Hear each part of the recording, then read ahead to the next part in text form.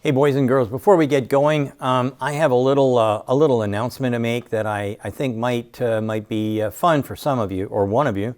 We've decided to support the American Cancer Society with a little tour through Munro and Associates. It's going to be a live and silent auction, which means that even if you can't go to this benefit ball, you can still get in there and put your numbers in. And the highest bidder is going to win lunch with myself and Corey. And we're going to take them to a really nice restaurant called Luddites that's just down the road from us. It's a great Italian steak place. And they're going to get a personal tour of Munro and Associates and a behind-the-scenes look at how we do Munro Live and quite a bit of other things. It's like a great afternoon if you happen to be into Munro Live. This is going to happen the auction is happening on November the 11th, and it'll be at around 6 p.m. And you can get information on the tickets and everything else at DetroitDiscoveryBall.org. Now, you'll see it down below. We'll put that in there. We'd really appreciate it if you want to do something good for the Cancer Society. Bid on our little tour. I'm pretty sure you're going to have a really good time. Thanks again, and now here's today's presentation. Hey boys and girls, today we're starting something a little bit different because it's obvious to anybody with a brain that Elon Musk is not a checker player. He is a chess player. And sometimes those pieces of his puzzle or his game are not quite as obvious to everyone as maybe what they should be. Americans in general kind of are checker players. They don't usually look too far ahead, and they almost never look at what actions today might be impacting something tomorrow. A good example is the car industry in total. They're reacting. They were not proactive. And so consequently now what they're doing is they're trying to be reactive. Now, a bunch of happens when you get into a reactive mode. And the two things that I need to talk to you a little bit about before I start talking is one, paradigm shifts. Now, Munro and Associates works with a lot of companies, and we don't help our companies catch up or get as good as their competition. Our job is to annihilate their competition. So we have a hat that we give out every once in a while, and sometimes we wear, and it says basically, concerning paradigms, shift happens with Munro. And we're into a paradigm shift, a big one, a huge one, the biggest one that may have been around since the Industrial Revolution. And what's going to happen is you're going to see a lot of psychological issues that are going to pop up. And the big one is paradigm paralysis.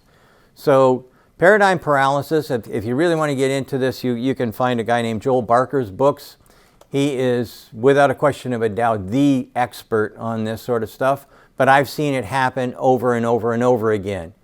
When people with strongly held rules and regulations are confronted by a new situation, in this case the EV kind of world, they are physiologically incapable of getting the job done. They can't see what's going on. They think somehow everything is going to go back to the way it was. And so consequently they make huge bad decisions. The other thing that you need to know about is that's at the top of the house. There's going to be something else that's happening, and that something else is the rise of the Luddites. I said that, quite frankly, this type of a change hasn't happened in a long time.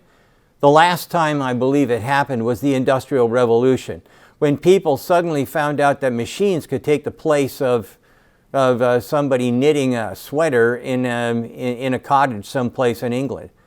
These machines were attacked by the locals because they saw them as some sort of a threat. At the end of the day, we see the same thing happen, or we've seen the same thing happen when you look at just people refusing to use computers and things like that in my era a long time ago.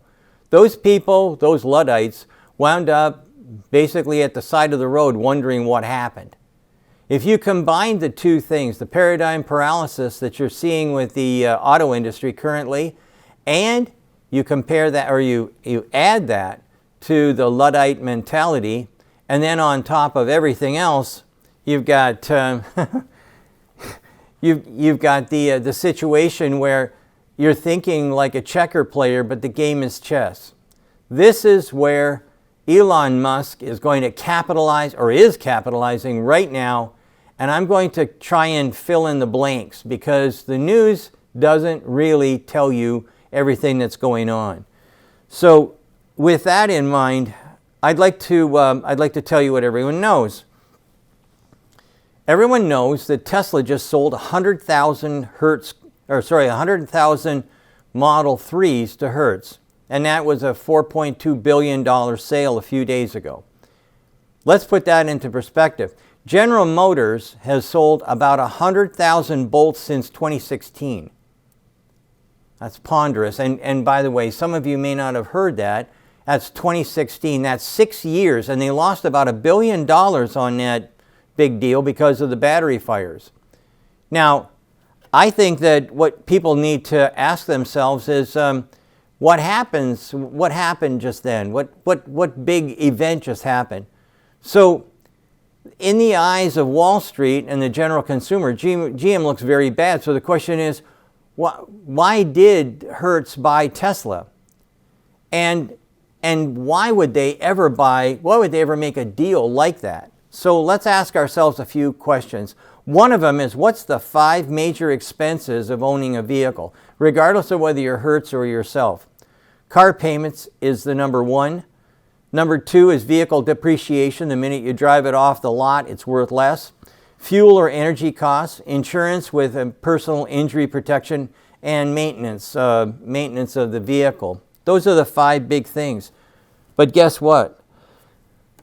When you buy a Model S, like we did, we bought it in March of 2021 for $45,000, and now it's selling for $53,000 to $58,000.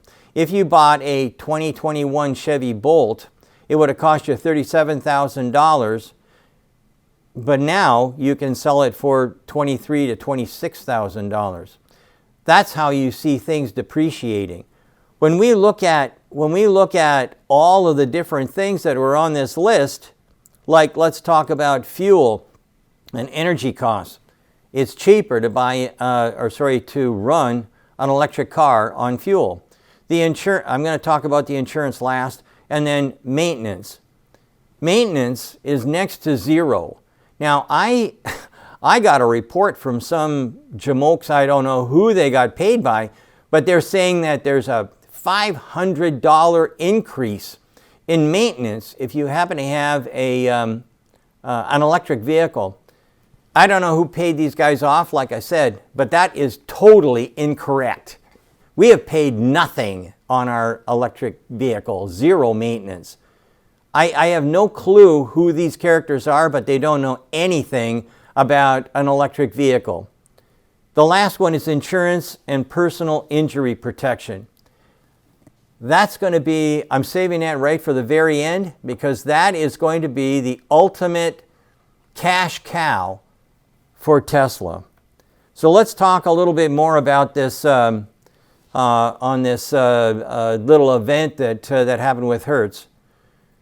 It wasn't big news, but on yesterday, Hertz announced that they may be buying an additional 100,000 vehicles in response to the general public and Uber's responses. This is where checker players don't quite understand what's going on. This deal, 200,000 vehicles sold, is at a price that's unheard of. These aren't discounted. They're the real Model 3 prices. This means that Tesla is going to make a tremendous amount of money, but why would Hertz pay a thing? Because, as John McElroy said on Autoline Detroit, the Tesla deal with Hertz is a huge embarrassment for the traditional automakers. The paradigm is changing so significantly that the guys in marketing and sales for all the other OEMs are probably having a heart attack or at least wondering what the future is going to hold for them. So what are the strong points in this deal that aren't quite as obvious? Well, let's do the obvious ones first. Hertz is golden in the eyes of rental car companies now. I may even start using them. I stopped using Hertz a long time ago because, quite frankly, their service was terrible and on. And that's why they went bankrupt. When the cars get old, they're going to be selling those vehicles through Carvana. Now, what's good about that is that there's no more selling at a discount. So they usually buy at a discount and sell at a discount, and in between they try and make money. Well, Uber is the one area that they're going to make a huge amount of money. And actually, I think that Uber is going to be the biggest beneficiary of the deal. With 50,000 Model 3s, I believe they're going to be getting 100,000 Model 3s now of the Hertz fleet. They're going to be able to rent to Uber. Hertz is. They're going to be able to rent to Uber. The guys at Uber are going to get a cash flow as good as it can be. So what? I mean, really, what does that mean? It means that Uber can get more rides for its drivers because of the status associated in driving a clean, quiet, luxury Tesla. If Uber buys the cars, they'll need to pay significant taxes, and the drivers now become employees, which counters the whole philosophy behind their business model. But guess what? They aren't.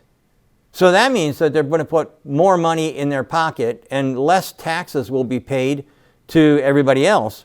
The drivers get a better deal on the cost of the maintenance, the fuel, and they get a kickback from Uber just because they're using Teslas. Now they don't have to pay for all the maintenance and all the other things that are going on with a conventional vehicle. What's the hidden advantages? Well, this proves that no Detroit 3 could consummate this kind of a deal. So the hidden problem here is that if let's say one of the other car company or one of the other rental companies came along and said, hey, we want 100,000 vehicles, who could supply them?